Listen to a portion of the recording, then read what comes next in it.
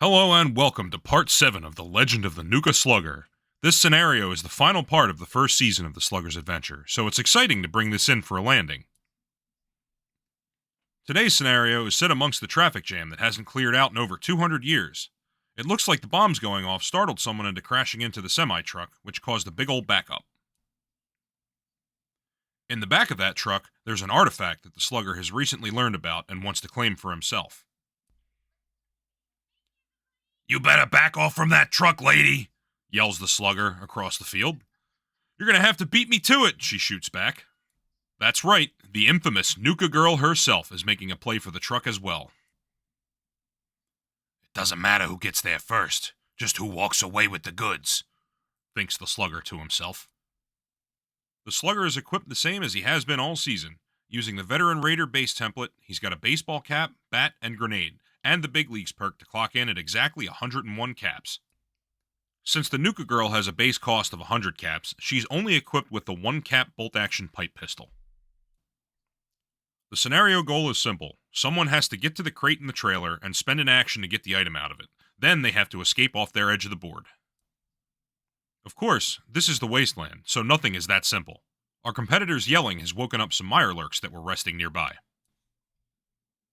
Each side gets 2, since they're only 50 caps apiece.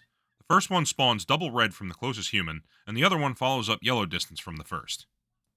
They're just bog standard lurks, but with that hard carapace, 6 HP, and a surprisingly punchy attack, you definitely can't ignore them. With the board set, we're good to go. The mirelurks are treated as one side of the conflict, but the Slugger and the Nuka-girl are definitely not allies. Since they're tied for model count, though, at the start of each round, I roll a luck die to determine which one goes first. The Slugger wins the roll-off for turn 1 and cuts in towards the traffic jam. It's not the fastest route to the trailer as the crow flies, but he definitely doesn't want to get charged by 2 giant angry crabs.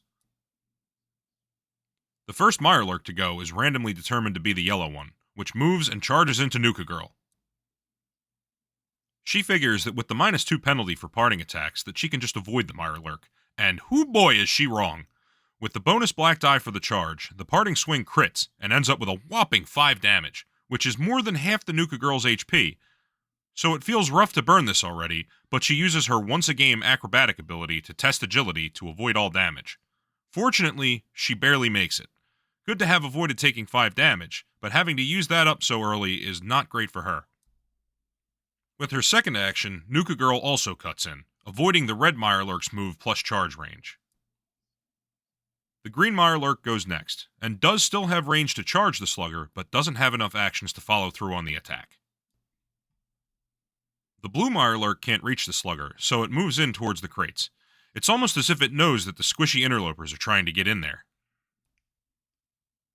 Since it can't charge Nuka-girl, the red mirelurk just moves up as well.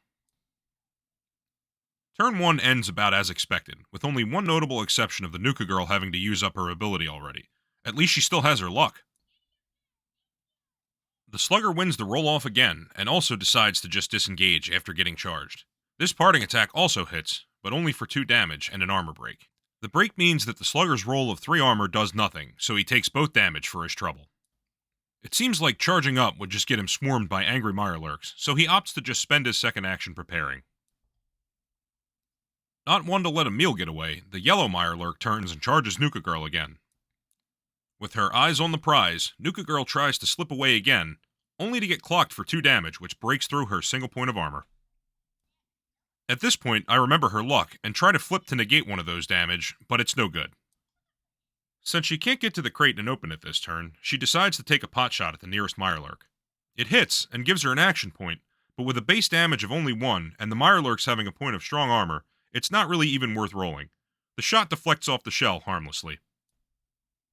The blue mirelurk charges over the pile of empty crates and takes a swipe at Nuka-girl, and gets another point of damage through.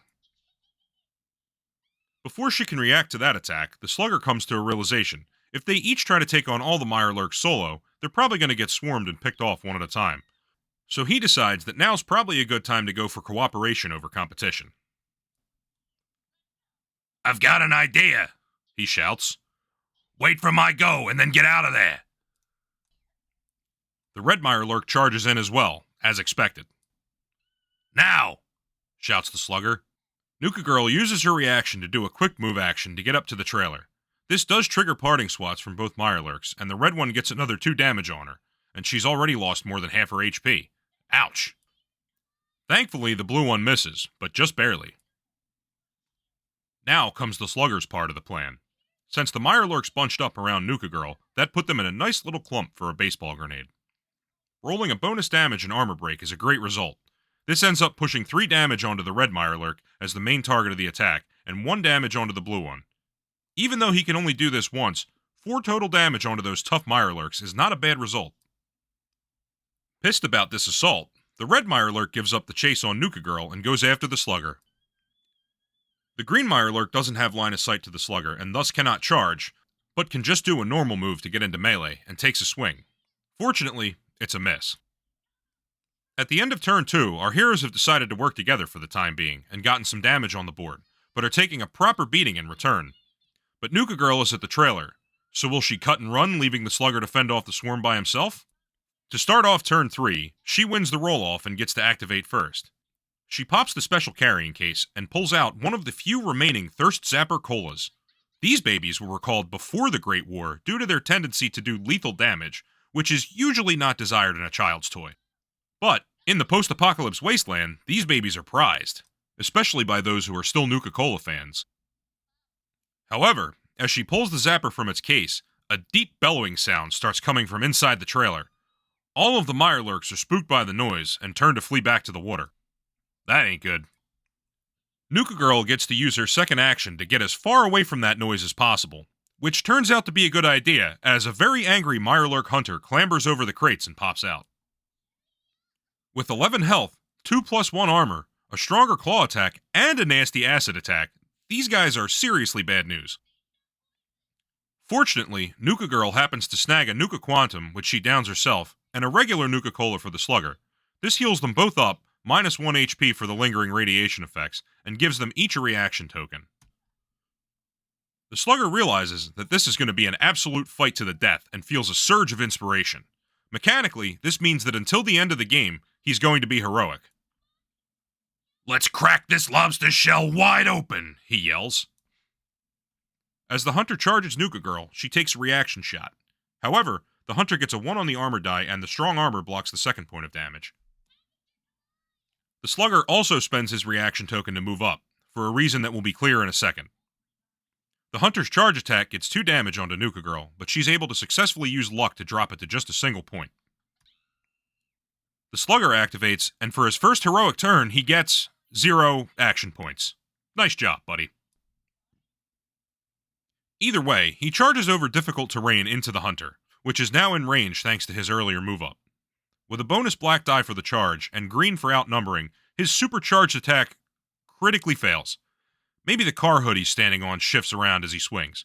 Regardless, it's a wasted 3 damage, 1 armor break attack. What a shame. Turn 3 draws to a close, and the battlefield has changed significantly. Now it's a slugfest between 2 Nuka fanatics and a massive enraged lobster. Wait a minute, I remember this episode of Futurama. Since the humans outnumber it, the hunter gets the advantage and gets to go first. Thankfully, both of its claw attacks on Nuka Girl miss widely. The Slugger activates and gets a single action point for the turn. His first swing is also a crit fail. "Just hit this thing! It's huge! Jesus!" says Nuka Girl encouragingly. Inspired by this pep talk, the Slugger's second swing does connect. However, both damage get absorbed by the hunter's thick carapace. On the upside, though, since the attack hit and generated an additional crit point, the Slugger gets to unleash a critical hit quick action. This time around, the bat connects with the hunter's head in a sound that is both squishy and crunchy at the same time. He's able to get 2 damage through and deliver a stun, which is great since it'll limit the hunter to a single attack next turn. Nuka Girl decides to stay in place and fire the Thirst Zapper in melee. This way, there's no chance of hitting the Slugger, and for the time, she also gives him the bonus green die when he attacks. And at this point, more dice is what we need more than anything else. Her first shot hits, and even gets a point of damage through. The second one, unfortunately, goes wide, because it's harder to line up a shot when your target is actively trying to grapple you with its massive claws. Turn 4 ends, despite what the die in the photo says. The now united forces of Mirelurk eradication have started getting some damage on the hunter, but the day is far from being won.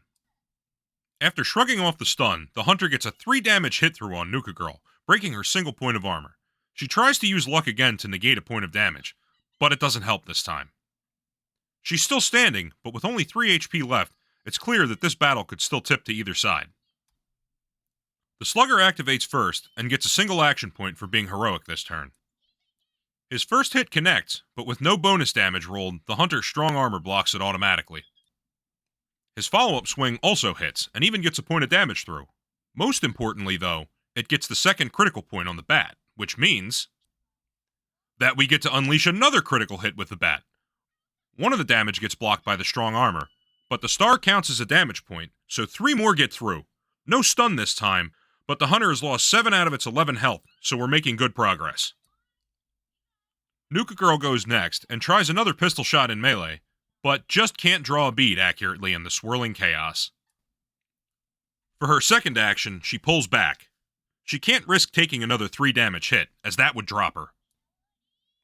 Rolling into turn 5, the hunter swings around and starts throwing claws at the slugger. The first hit connects, and he blocks 1 of 3 incoming damage to take 2. He also tries to use luck to mitigate some damage, but doesn't get it. The hunter's second attack hits, but is a very near hit, so the slugger tries using his luck to dodge, and this time it works, so the attack turns into a whiff. Nuka-girl activates first and starts firing into the melee. Her shot connects and hits the hunter, but all the damage gets blocked by armor. With that, though, her crit meter is charged on the zapper, so she lets it loose. With the explosion splashing onto the slugger, both he and the hunter end up taking a point of damage. The slugger activates, but gets no action points from VATS this turn. His first swat is a clear miss. Nuka-girl uses her reaction to interrupt and takes another pot shot. It hits again, but the hunter's armor holds off all the damage. Resuming his turn after that interruption, the slugger's second swing hits and chips another point of damage into the hunter. Turn 5 draws to a close, and all of our combatants are pretty well bloodied up at this point. The hunter goes first and claws at the slugger. Its first one hits, and he blocks 1 damage with armor. He tries to block the second with luck, but gets no luck. The hunter's second attempt is a crit fail with an action point. Fortunately for us, hunters can't use action points to do anything. Not even prepare. "Alright, you oversized crustacean. Time to get called out swinging," says the slugger, rolling 2 action points for VATS. His first swing is a hit, but it doesn't get through the hunter's armor. It does give him a crit point, though. So with his first quick action, the slugger raises his bat up high and brings it down hard with a critical hit, cracking out the last 2 damage on the hunter. It stops chattering, drops its claws, and keels over on its side. "Butter up," smirks the slugger. While patching up their respective lacerations, the Nuka Slugger and Nuka-girl get to talking. "So what's with the baseball getup?" asks Nuka-girl. "You from Diamond City?" "No friggin' way," responds the slugger. "That place is the worst. They took a perfectly good baseball diamond and filled it with a bunch of crap. Now no one can play the friggin' game." "You don't even get the bats from Mo Cronin?" "That jabroni that calls them swatters? No way. He doesn't know diddly about baseball. He wouldn't know a good bat if it hit him upside the head." "So what's your plan for this?" she says, gesturing to the zapper. "I got a little piece carved out I want to settle on. But I'm going to need some upgraded hardware if I want to hold on to it. But you know what? You hold on to it. It suits you." "Firepower's good, but if you really want to stake a claim, it's better to have more manpower. Let me see this spot you got picked out." "Oh, this is wicked sick," says the Nuka-girl in a flawless Boston accent that definitely won't piss off the person doing voiceover work. For the record, it didn't. Pretty sure I got a half-decent Boston accent, but what is hard is voicing a woman when you sound like this. But I'll forgive you this time. "Isn't it, though?" replies the slugger. "Nuka-Cola Miners team played here at this crappy field. It's not fortified like a stadium, so no one's messed with it. Everything's here. The diamond, dugouts, even the stands and equipment buildings.